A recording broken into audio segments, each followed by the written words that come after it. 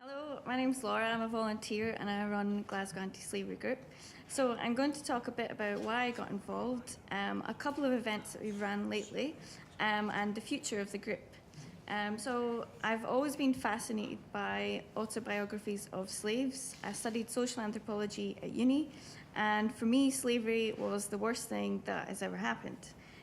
It was inequality at its worst. So I would read to try and understand how it could be possible. And I would daydream about jumping in the TARDIS, going back in time and sorting it all out.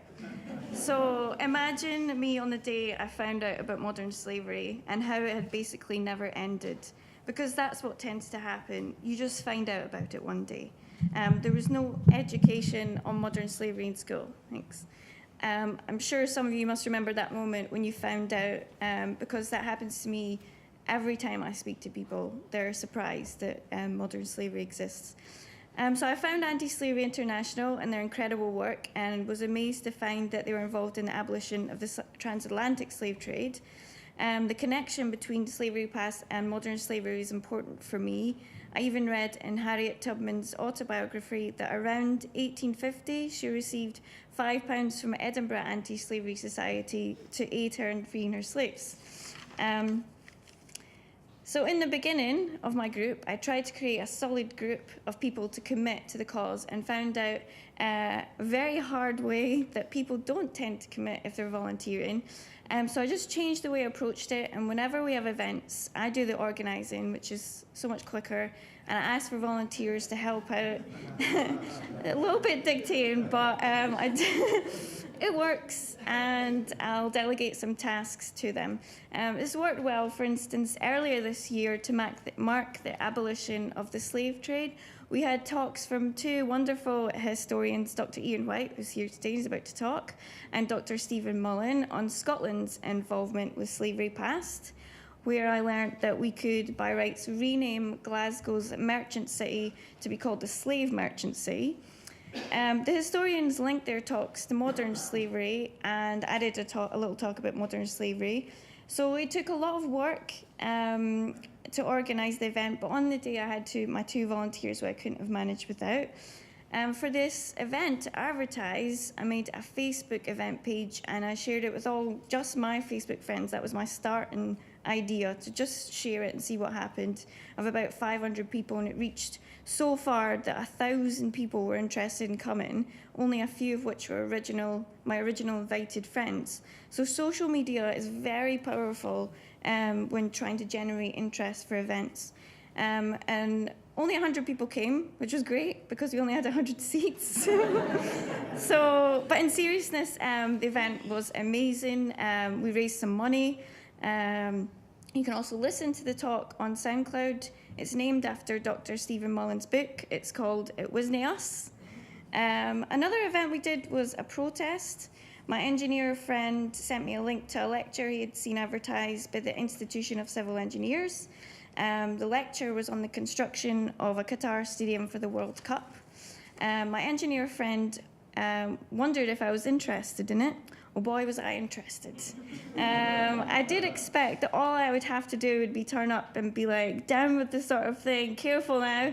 But I soon realised that there was a lot of work to be done, like advertising. I went along to the unions, union groups, contacting the media, lots of strange questions, contacting ICE, trying to get people to come, and most of all, learning as much as I could so I was prepared whenever anybody asked me questions. And that really opened my eyes to what was going on. So people seemed excited about the protest, as the engineers hadn't seemed to be targeted before, as if because they were higher up, they didn't need to be held responsible. They were well protected by the ICE when I contacted them, and although they did their best to welcome me into the lecture, I couldn't help but feel that they were trying to distract us from pushing our message, which was asking that the ICE demand an end to the kafala system. However, they did ask to be put in touch with Aidan McQuaid to discuss keeping slavery out of their supply chains. And I also got to write an article for Common Space Online if you're interested to read about how it went inside the lecture hall. That was good. In Scotland, there's a lot of interest in creating a memorial to slavery past. I feel that we do need something like a museum, but a memorial to me suggests that slavery died a long time ago. I contacted Glasgow museums when I read an article about this, and they wanted me to lead a workshop with Glasgow Life staff, which is the cultural department of the government, and that went very well. For the group, networking is very important because you never know when something interesting will pop up. One of the historians from the talks we did, Dr. Stephen Mullen, gave me an email address to a journalist at the BBC who asked me for information for a short video targeted towards younger people in Scotland, which is really exciting. And that's in line with my next project, to have a leaflet on modern slavery targeted to younger people in Scotland to be shared on social media. Because it is about education, spreading education. I'm also excited about a potential student group being created by Ellie MacDonald, who has been my contact at Anti-Slavery International, has been very supportive and inclusive. So it really is about awareness raising through talks, stalls, flyer and workshops. Anybody that I get to speak to, basically, I bend their ear about it. And they're always surprised that modern slavery exists.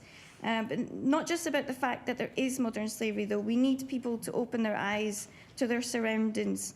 A few years ago in Appin, in the west of Scotland, some slaves were uncovered working in the Stuart Hotel.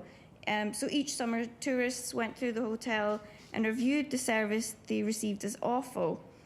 This resulted in the first prosecution in Scotland under the Modern Slavery Act.